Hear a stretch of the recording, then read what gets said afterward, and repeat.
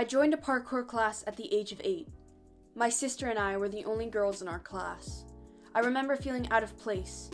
I didn't want to do anything that would embarrass myself in front of all the older boys. My coach even told me that he's never met anyone who would second guess themselves as much as I did. But then my mom came across a YouTube video, a woman doing parkour. Lucy Romberg flowing over her environment and flipping over obstacles. I think this was the first time I saw myself represented in the community. I think this was the first time I had a female role model in parkour and freerunning. My definition of a role model is someone you can look up to and relate to. Encourage, the younger generation. Someone who inspires you to try your hardest and do your best and never give up.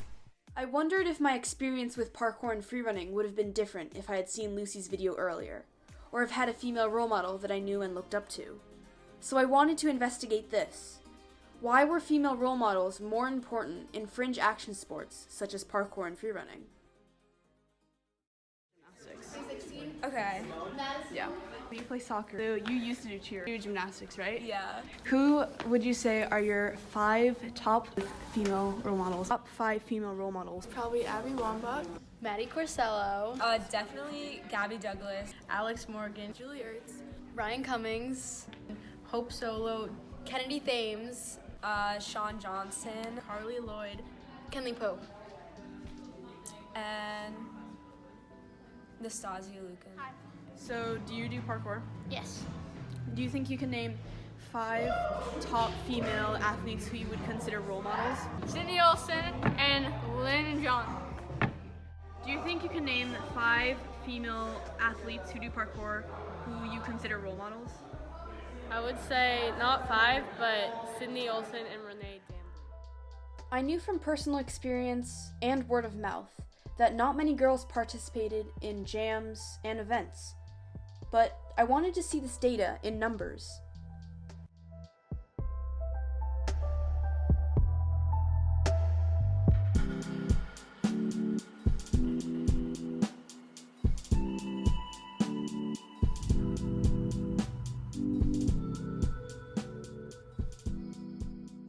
Media coverage and the lack of coverage of women's sports. What we're escaping from is a world in which women are equal to men. That there are more males represented in sports just in general. If you're just scrolling through Instagram, looking at, in your search, looking just at random parkour videos, mainly it shows up as guys. I did wish a lot of the times that, I had more representation. For someone watching at home, for a little girl, it's that can kind of put you down. When I look, I don't see as many girls doing it, and I would love to, but I just don't see it. Because you see that there are just so few females that, it's like a chain reaction. Then the next generation is there's nobody doing it. It's don't bother with it. Because the number of women are so few, It's even harder for female athletes in parkour and freerunning to get represented. It's common sense that people are more likely to watch traditional sports. 11.4 million people watched the 2018 Men's World Cup, 100 million people watched the Super Bowl, and 13 million people watched the 2019 World Series.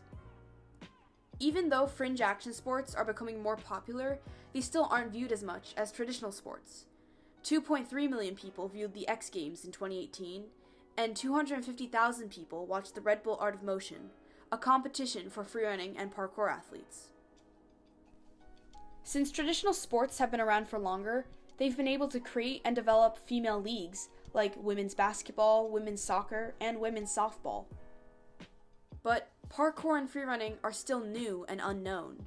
So if parkour and freerunning aren't well known, and the majority of the people who participate are boys, girls are going to have less of a chance to be covered in the media. And that leads to underrepresentation of females, and females never really being able to show the world their side of parkour and freerunning. Since parkour was not really a mainstream sport for a long time, it was just kind of a thing people thought was didn't really even exist. It was like a joke.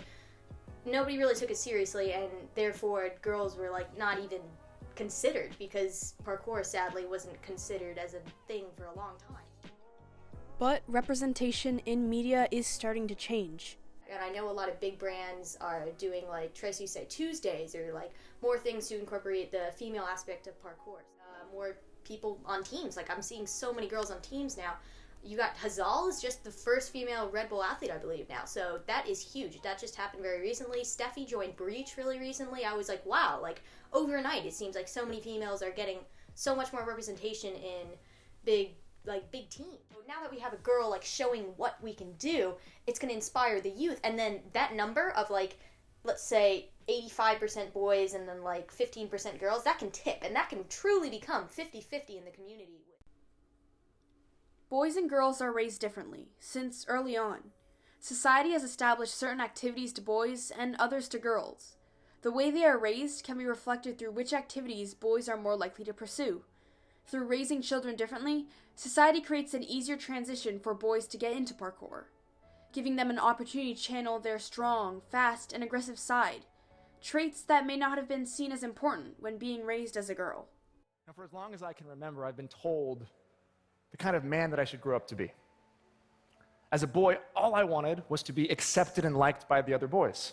Since we were told that feminine is the opposite of masculine, I either had to reject embodying any of these qualities or face rejection myself. This is the script that we've been given, right? Girls are weak and boys are strong. This is what's being subconsciously communicated to hundreds of millions of young boys and girls all over the world. We've built society around that men can do this and men can do that. Women aren't supposed to be sweaty. The stereotypes that society has created reflect throughout the energy and culture of fringe sports, specifically when they don't have many female athletes. These stereotypes, values, and biases that many people have subconsciously heard will affect how easy it is for boys to start an extreme sport like parkour or freerunning. On top of that, when the sport is dominated by men, it'll be easier for boys to start training. That's why it's so important not to label activities by certain characteristics, because by doing so, you are creating a box in which a person has to confine to, and ends up limiting their imagination and passion. For different reasons, so I think female athletes might want to come. They do want to have fun, they do want to progress, but it's the things outside of the parkour, outside of the movement. What Marlon is specifically talking about is the way the culture of fringe sports feels like if you're a girl starting out in a sport. To me, it's an energy thing. It's you're coming out and these guys are making some really dumb and immature jokes. And some dude came in and commented some extremely rude things. When they show up to a jam and it's a bunch of 16-year-old dudes running around, it can be slightly intimidating. By 17, more than 50% of girls will have quit sports because of reasons that include feeling like they weren't good enough. This includes the fear of being compared to how successful not only their fellow female athletes were, but male athletes as well. As said by Professor Carly Geisler, many male-dominated sports tend to develop a boy code. This code serves as a mask against fear and vulnerability felt by boys and men. There is a constant pressure to act like a man and not to throw like a girl. Professor Geisler even states that even though men in fringe sports don't show any outward exclusion, their language choice reflects sexism weighed down by this boy code. This sexism is a calling card in order to be accepted as a male athlete. But the expectation to rebel and act manly doesn't only hurt boys, but girls as well. Guys need to kind of recognize, hey, if we want to be a little bit more inviting to the female athletes, there's certain behavior that's more appropriate when we're in the company of females. Saying, welcome, like, come on in, give this a try. It's a really cool sport and we'd love for you to join. So, how does this all tie back into why role models are important? Having a role model is important when you don't see enough girls in the media. I remember in the beginning, I'd see them and I'd be like, oh my gosh, like, she's just like me, like, she, like, has the same passion. Role models are important to see how someone has overcome the stereotypes that keep many people back. With role models and meeting other people, I was able to kind of get over those doubts a little bit. Role models help us know we aren't alone when starting out in a community that we may feel alone in. I find it's important to have people that look like you and that you resonate with. Role models help us overcome mental and physical challenges. Seeing someone who has pushed through adversity can inspire us to keep going. That a lot of people don't know how to open up their own minds and do their own thing the way they want to do it. So maybe seeing somebody else doing what they want to do, or maybe inspiring them to do something they want to do, would really push them to do things. There are people out there that look like us doing this. What change can we make to help create an even more comfortable, open-minded, and inclusive environment for everyone to train in? Be super open with helping them get started and Being welcoming and being accepting and just being a community.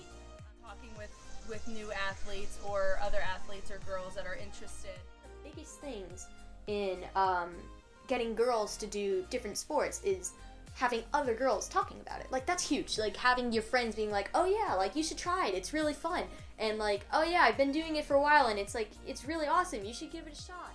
In the beginning, it helped when somebody came and held my hand and brought me in.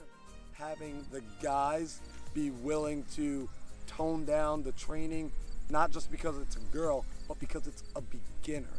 And we all know what it's like to feel super intimidated when somebody comes around and their skill level is way up here and we're down here, we're just starting.